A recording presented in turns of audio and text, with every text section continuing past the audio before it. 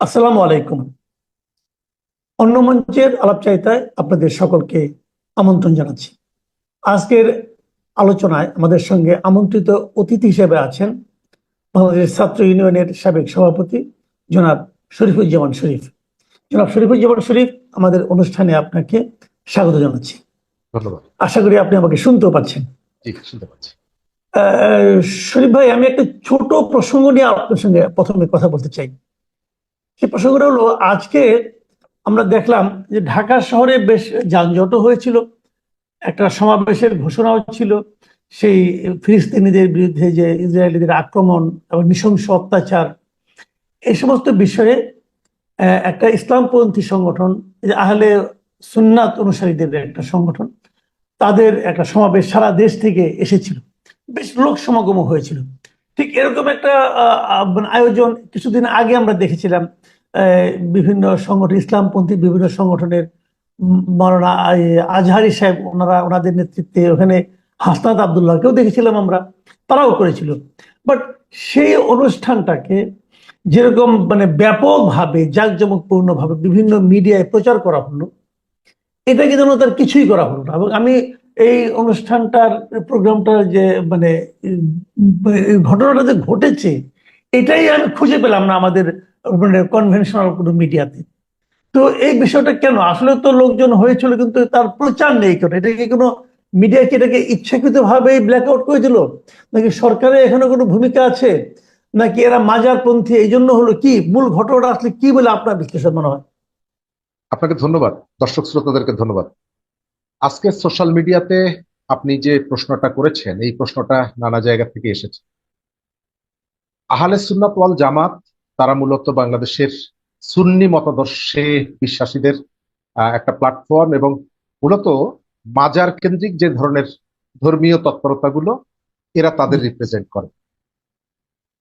আপনি তুলনা করেছেন যে এর আগে সোহরাওয়ার্দী উদ্যানে ফিলিস্তিনিদের পক্ষে একটা বিশাল সমাবেশ হয়েছে, এবং সেই সমাবেশ ঘিরে আমাদের মেইন স্ট্রিমের মিডিয়া, সোশ্যাল মিডিয়ায় যে ধরনের হাইপ তোলা হয়েছিল এবং বিপুল মানুষের অংশগ্রহণটাকে যেভাবে ফোকাস করা হয়েছে, আজকের ঘটনায় তার একটা পার্থক্য দেখা গেল। কেন? তার আগে আপনাকে একটু আরো দুটো তথ্য দিই। আহলে সুন্নাত ওয়াল জামাত তারাও কিন্তু সোহরাওয়ার্দী উদ্যানে সমাবেশটা করতে চেয়েছে, কিন্তু পুলিশের পক্ষ থেকে তাদেরকে অনুমতি দেওয়া হয়নি। এবং মনে থাকার কথা, বিএনপির একটা সমাবেশ প্রথম মিরপুর, তারপরে গোলাপবাগ মাঠ, বিএনপির কেন্দ্রীয় অফিসের সামনে করা যাবে কি যাবে না, এই যে ধরনের পুলিশের পক্ষ থেকে যে আওয়ামী লীগের সময় যে আচরণটি করা হয়েছিল, আহলে সুন্নাতের সাথে প্রায় একই আচরণ করা হয়েছে।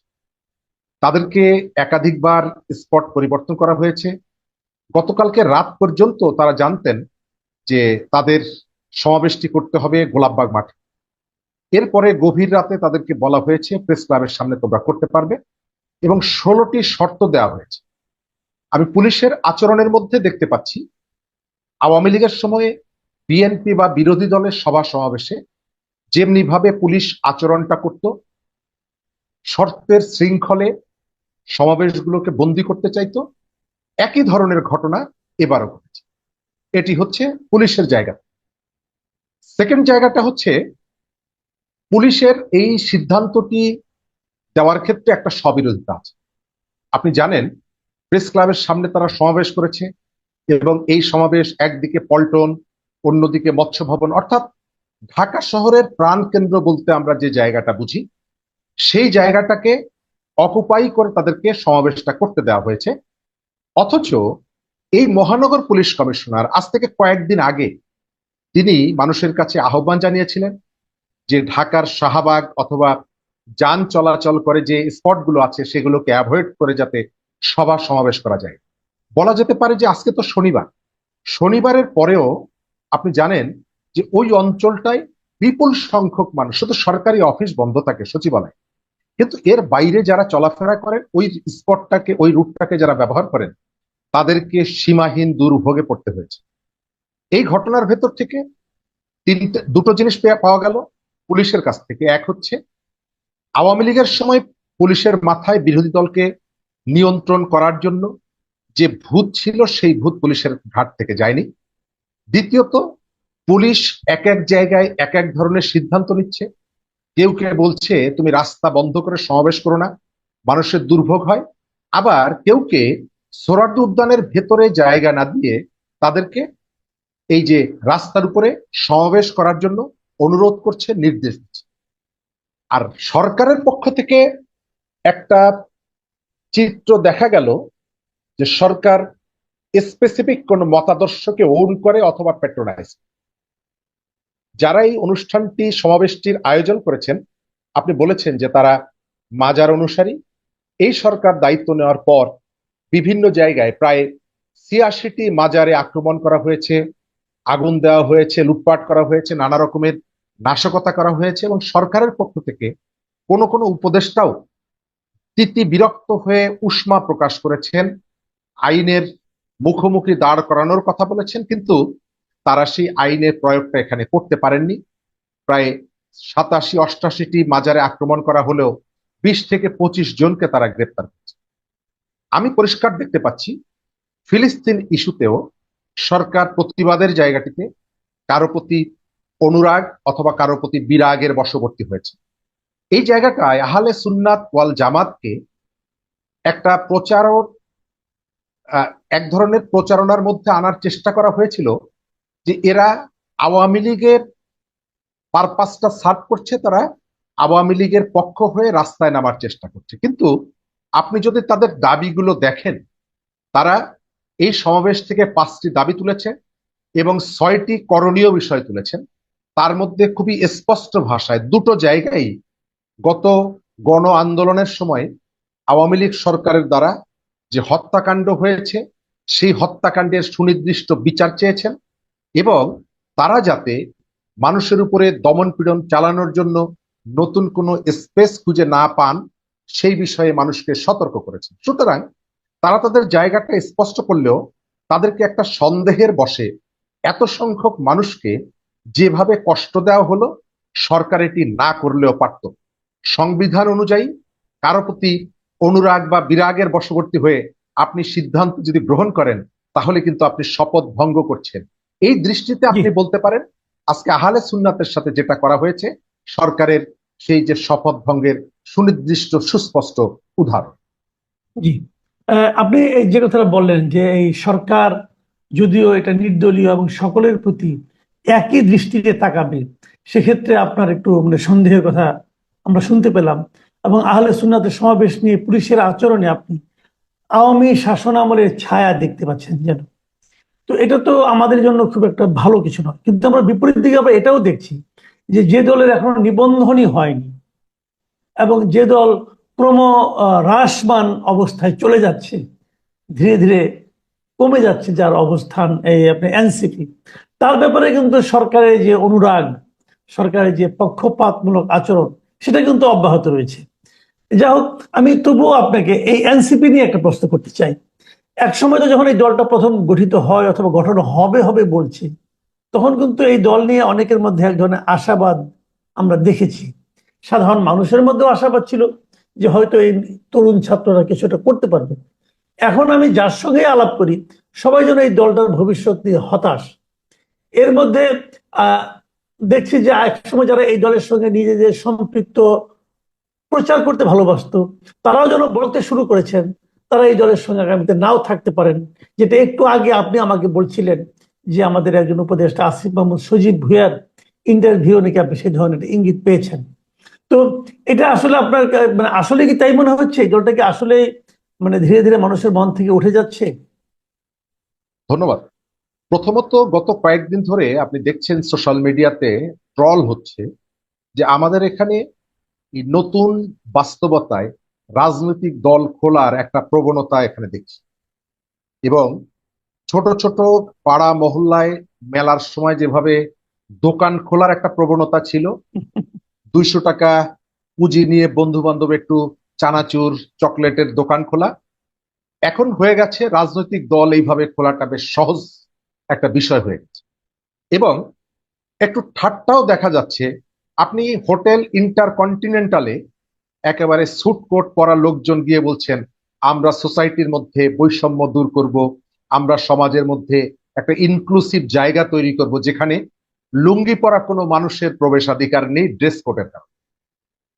নতুন একটা দল, বিশেষ করে আপনি এনসিপির কথা বলছেন, আমি শুরু থেকে এখন পর্যন্ত এনসিপির সফলতা চাই এই কারণে যে বেশ কিছু বিশ্ববিদ্যালয়ের লেখাপড়া করা তরুণ একটা চ্যালেঞ্জ গ্রহণ করেছেন, যেটা এর আগের আমাদের কতগুলো শিক্ষা আছে। 111-এর সময় কিংস পার্টি এবং বাংলাদেশের বেশ পরিচিত ফিগার গুলো অনেকেই বড় বড় দল থেকে বেরিয়ে এসে কিংস পার্টি শুরু করেছিল, কিন্তু এখানে দেখা গেছে কয়েকজন বিশ্ববিদ্যালয়ের তরুণ যারা গত গণ আন্দোলনে প্রথম কাতারে ছিলেন, ঝুঁকি নিয়েছেন, তারা একটা দল গঠন করেছেন। আমি এই দলের সফলতা কামনা করি, কিন্তু বাস্তবতা এবং সফলতা তো এক জিনিস না। আমরা সবাই সফলতা কামনা করলেও পরিস্থিতি যদি অনুকূল না হয় তাহলে কি তারা দাঁড়াতে পারবেন ওই সফলতা কামনার ভেতর থেকে? আমার কাছে সেটি মনে হয় না। ইতিমধ্যে এই তরুণরা কতগুলো জায়গায় ভুল করে ফেলেছে। প্রথম থেকেই তাদের যেটা করা উচিত ছিল, সরকারের সঙ্গে তাদের সম্পর্কটা কি এটা স্পষ্ট করা উচিত ছিল। আমাদের প্রধান উপদেষ্টা ডক্টর মোহাম্মদ ইউনূস তিনি বলেছিলেন তিনি ছাত্রদের প্রতিনিধি হয়ে রাষ্ট্র পরিচালনার দায়িত্ব নিয়েছেন, এবং এর ভেতর থেকে এই ছাত্ররা তারা একটা স্পৃহা পেয়েছিল যে সরকার তাদের কথা অনুযায়ী চলবে, এবং সরকার এখন পর্যন্ত চলছে। এই স্পৃহার জায়গা থেকে তারা যে সর্বনাশটা করেছে, প্রশাসনের উপরে তারা খবরদারি প্রতিষ্ঠা করতে গেছে, এবং এই খবরদারি প্রতিষ্ঠা করার কারণে তাদের একটা বিরাট অংশ নানা রকমের অনৈতিক অর্থনৈতিক কার্যক্রমের মধ্যে জড়িয়ে পড়েছে। আমাদের দেশটা অনেক ছোট, কেউ কিছু করলে সেটি কিন্তু গোপন থাকে না, খুব মানুষের সামনে দ্রুত পৌঁছে যায়। সোশ্যাল মিডিয়া, আমাদের মিডিয়াগুলো যদিও ভীত শঙ্কিত, এবং সেই কারণে আপনি দেখবেন মিডিয়াগুলোতে বাংলাদেশের অনেক প্রতিষ্ঠিত প্রাচীন রাজনৈতিক দলগুলোকে টেলিভিশনের টক শো গুলোতে তাদেরকে না ডাকলেও আপনি এনসিপির একজন অতিথি কিন্তু প্রত্যেকটি জায়গায় পাবেন। দুজন অতিথিও যদি থাকে তার মধ্যে একজন এনসিপি, কারণ এনসিপি কে মিডিয়াগুলো ট্রিট করছে এটি রাজার দল, এটি সরকারি দল হিসাবে। এই ছাত্রদের উচিত ছিল প্রথমত এইভাবে সকালে সচিবালয়, অথবা সকালে এলজিইডি, অথবা সকালে স্বাস্থ্য ভবন, বিকালবেলায় মিডিয়া, এই জায়গাটাকে পরিহার করে তারা যদি মানুষের কাছে যেতেন, গ্রামে যদি যেতেন, বিভিন্ন অঞ্চল ভাগ করে যেতেন, তাহলে তাদের পক্ষে একটা ইতিবাচক ধারা তৈরি করা সম্ভব ছিল। আমি উদাহরণ হিসাবে বলি, দই, দুধ তৈরি করার পর আপনি যখন দই পাতার জন্য রেখে দেবেন, একটা নির্দিষ্ট সময় পর্যন্ত সেটাকে কিন্তু স্পর্শ করা যায় না, তাহলে দইটা কিন্তু হয় না, দইটা জমে না। এদের রাজনীতির ভুল যেটা আমি দেখছি, এরা দুধ জাল দিয়েছে ঠিক মতো, ঠিক টেম্পারেচারও ছিল, কিন্তু যখন দইটা পেতেছে, দই হওয়ার আগেই তারা সেখানে একটা নাড়া দিয়ে এটাকে এমন জায়গায় নিয়ে গেছে, আমি ওই যে শত শুভকামনা জানানোর পরেও আমি এদের কোনো সম্ভাবনা দেখছি না। এবং আমার ধারণা এই দলটিকে টিকে থাকবে। মিডিয়া একটা পর্যন্ত ভয়ের কারণে, ভীতির কারণে, সরকারের প্রতি দুর্বলতার কারণে হয়তো এটাকে একটা পর্যায় পর্যন্ত আর্টিফিশিয়ালি বাঁচিয়ে রাখবেন। এবং আপনি খেয়াল করবেন যে এখানে একটা বেসিক প্রশ্ন এসেছে যে আমাদের এই যে সংস্কারের যে জায়গাটি, একটা রাজনৈতিক দল কেবলমাত্র গ্রামের প্রান্তিক মানুষ, শহরের গরিব মানুষের ইস্যুগুলোকে বাইরে রেখে আপনার শহরের শিক্ষিত মানুষও শুধু এজেন্ডাগুলোকে অ্যাড্রেস করে আসলে টিকে থাকা যায় না। আপনি যে প্রশ্নটি জিজ্ঞেস করেছেন একজন উপদেষ্টার ইন্টারভিউ, আমার ধারণা সময় যত যাবে এই দলটি যেভাবে মানুষের কাছে তার আবেগ হারিয়ে ফেলছে, উপযোগিতা হারিয়ে ফেলছে, সম্ভাবনা হারিয়ে ফেলছে, এবং সেই কারণে এদের ভেতর থেকে অনেকেই হয়তো চেষ্টা করবে যে ভবিষ্যতে রাজনীতির কোন জায়গাটায় যায়। এবং এরা প্রতিনিয়ত যেভাবে বিতর্কে জড়াচ্ছে, এত দামি দামি গাড়ি, এটা কি এদের প্রয়োজন? আমার ধারণা তারা তাদের দীর্ঘদিনের আকাঙ্ক্ষা, দীর্ঘদিনের অতৃপ্তি ক্ষমতার স্বাদের মধ্য দিয়ে তৃপ্ত করতে চাইছে। আমরাও যখন ছাত্র আন্দোলন করেছি কামাল ভাই, আমার এখনো মনে আছে আমরা টাকার অভাবে বাস স্ট্যান্ডে গিয়ে দর কষাকষি করতাম। রাজশাহীতে যাব, আমার কাছে 250 টাকা আছে, আপনি 200 টাকা নিয়ে আমাকে একটা টিকিট দেন। ছোট ছাত্রনেতা ছিলাম না, মোটামুটি অনেকেই চিনত। কিন্তু এদের মধ্যে একটা প্রবণতা হচ্ছে, আমাদের কাছে ওইটা কিন্তু মজা লাগতো। এত কষ্ট করে যাচ্ছি, হয়তো ওই যে বালাসী ঘাটে গিয়ে বা যমুনা ঘাটে গিয়ে রুটি খাচ্ছি, একটা ডিম খাচ্ছি। কিন্তু এদের মধ্যে বিলাসী প্রবণতাটা বেশি। পুলিশের হেলিকপ্টারে যেতে হবে, তারপরে সাত খোলা গাড়িতে যেতে হবে, তারপরে কোটি টাকার গাড়িতে চড়তে হবে, বিলাসী অফিসে বসতে হবে। এই যে দীর্ঘদিনের যে অতৃপ্তি, আমার ধারণা বিলাসী জীবনের অতৃপ্তি মেটাতে গিয়ে তারা একটা দলের সম্ভাবনাটাকে নষ্ট করে। জি, আমরা আসলে একটু দেশের বাইরের দিকে যেতে চাই, ঠিক বাইরেও নয়। এই যে কাশ্মীরের যে ঘটনার যে সেটাকে কেন্দ্র করে ভারত এবং পাকিস্তানের মধ্যে যে যুদ্ধংদেহী একটা ভাব আমরা দেখছি, পরস্পরের সঙ্গে চুক্তি বাতিল করা, গোলাগুলি তো অলরেডি শুরু হয়ে গেছে কোনো কোনো সীমান্তে। এই যে ঘটনা প্রবাহ, এই ঘটনা কাশ্মীর আমাদের দেশ থেকে অনেক দূরে, কিন্তু তারপরেও ভারত পাকিস্তানের এই যে দ্বন্দ্ব, এই যে পরস্পরের মুখোমুখি অবস্থান, এটা কি আমাদের দেশকে কোনো ধরনের প্রভাব বিস্তার করতে পারে না? এবং যদি পারে, সেক্ষেত্রে আমাদের ভূমিকা আসলে কি হওয়া উচিত? ধন্যবাদ। আপনার বাড়ির পাশের বাড়িতে প্রতিদিন যদি ঝগড়া হয়, আমি সংঘাত সহিংসতার কথা বলি না, আপনি কোনো না কোনো ভাবে কিন্তু ডিস্টার্ব হবেন। যে দুটো দেশের মধ্যে উত্তেজনা বেড়েছে এবং যে দুটো দেশ যুদ্ধের মুখোমুখি দাঁড়িয়ে আছে, যদিও তাদের মধ্যে যুদ্ধ হবে কিনা এটি নিয়ে আমার যথেষ্ট সংশয় আছে, তারপরেও যদিও যুদ্ধটা হয়, তাহলে অবশ্যই তার একটা প্রভাব আমাদের এখানে পড়বে। আমাদের রাজনীতিতে পড়বে, আমাদের অর্থনীতিতে পড়বে, আমাদের সমাজ ব্যবস্থায় পড়বে, আমাদের মনস্তত্ত্বে পড়বে। দুটো দেশই কিন্তু সার্কভুক্ত দেশ, এবং দুটো দেশের সঙ্গেই আমাদের কিন্তু অর্থনৈতিক একটা সম্পর্ক আছে, বাণিজ্য আছে। সুতরাং আমাদের একটা কাছের প্রতিবেশী আর একটা দূরের প্রতিবেশী দেশের মধ্যে এই ধরনের পরিস্থিতি যদি তৈরি হয়, অবশ্যই আমরা কতগুলো পরিস্থিতির মুখোমুখি হব। এবং ইতিমধ্যেই বিভিন্ন জায়গা থেকে এই বিষয়গুলো নিয়ে আলোচনা হচ্ছে। আমরা সব থেকে বেশি সংকটের মুখে পড়ব নিরাপত্তা পরিস্থিতি নিয়ে। ভারতের সাথে আমাদের একটা দীর্ঘ সীমান্ত আছে। সুতরাং এই জায়গাটায় একটা দেশ যখন যুদ্ধে আক্রান্ত হয়, তখন একটা পর্যায়ে কিন্তু তারা সীমান্ত বন্ধ করে দেয়।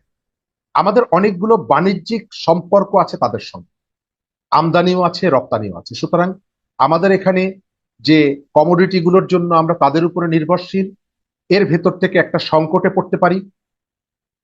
পাকিস্তানের সাথে আমাদের একটা বাণিজ্যিক দ্বার উন্মোচিত হচ্ছে, আমদানি রপ্তানি বাড়ছে, সেখানেও সংকটে আমরা পড়তে পারি। আর নিরাপত্তা ইস্যুটা মারাত্মক আকার ধারণ করতে পারে, যে মতাদর্শকে ভিত্তি করে সেখানে এই যুদ্ধের পরিস্থিতিটা তৈরি হচ্ছে, এই ধরনের মতাদর্শ আমাদের এখানে অনেকেই ধারণ করেন। সুতরাং সহায়ক পরিবেশ থাকলে তাদের মধ্যেও একটা প্রণোদনা, উন্মাদনা তৈরি হবে। আমি সরকারের জায়গা থেকে যেটা বলতে পারি, যে আমাদের দুটো পরমাণু শক্তি সম্পন্ন দেশ, যদিও ইতিমধ্যে অনেকগুলো দেশ আগ্রহ প্রকাশ করেছে তাদের এই টেনশনটা রিডিউস করার জন্য, ভূমিকা রাখার জন্য, আমি মনে করি যে বাংলাদেশের যদি সেই সুযোগটা থাকে, অবশ্যই সেই সুযোগটাকে ব্যবহার করা দরকার। বাংলাদেশ কোনো ভূমিকা রাখতে পারে কিনা। একই সঙ্গে আমি কথা শেষ করব, আমাদের মিডিয়াতে আজকে সকাল থেকে কয়েকটা মিডিয়াকে দেখছি খুবই দায়িত্বহীন ভাবে একটা কাজ করছে, যে ভারত এবং পাকিস্তানের মধ্যে যদি যুদ্ধ হয় আপনি কোন পক্ষে থাকবেন। একটা দেশের মেইন স্ট্রিমের মিডিয়া এই ধরনের ইরেসপন্সিবল হতে পারে, আমার কাছে কল্পনার মধ্যেও আসে না। যদিও সেখানে পাঠকদের কেউ কেউ বলেছেন যে আমরা যুদ্ধ চাই না, আমরা শান্তি চাই। আমাদের এই সোসাইটি থেকে উস্কানি দেওয়ার জন্য অনেক শক্তি আছে, আমরা সেই শক্তিগুলোর দিকেও নজর রাখবো। কারণ আমরা যাই বলি না কেন, অর্থনীতি আমাদের এখানে বিভিন্ন দিক থেকে সূচকগুলো নিম্নমুখী। আমাদের গত কয়েকদিন আগে আমাদের এখানে দারিদ্রতার সীমা বিস্তৃত হওয়ার একটা শঙ্কা তৈরি হয়েছে। এই বিষয়গুলো আমাদেরকে বিবেচনায় রেখে, বাস্তবতা অনুধাবন করে, এবং বাংলাদেশ যুদ্ধের বিপক্ষে বাংলাদেশের মানুষ, সেটিকে বিবেচনায় রেখে সরকার তার দায়িত্ব ঠিক করবে, এটাই আমাদের প্রত্যাশা। অনেক ধন্যবাদ জনাব শরীফুজ্জামান শরীফ। প্রিয় দর্শক, আপনারা শুনলেন যে বিভিন্ন প্রসঙ্গে আমাদের দেশের চলমান রাজনীতি এবং আন্তর্জাতিক রাজনীতিতে জনাব শরীফুজ্জামান শরীফের বক্তব্য। আপনাদের কেমন লাগলো আমাদের লিখে জানাবেন। এখন এ পর্যন্তই। আল্লাহ হাফেজ।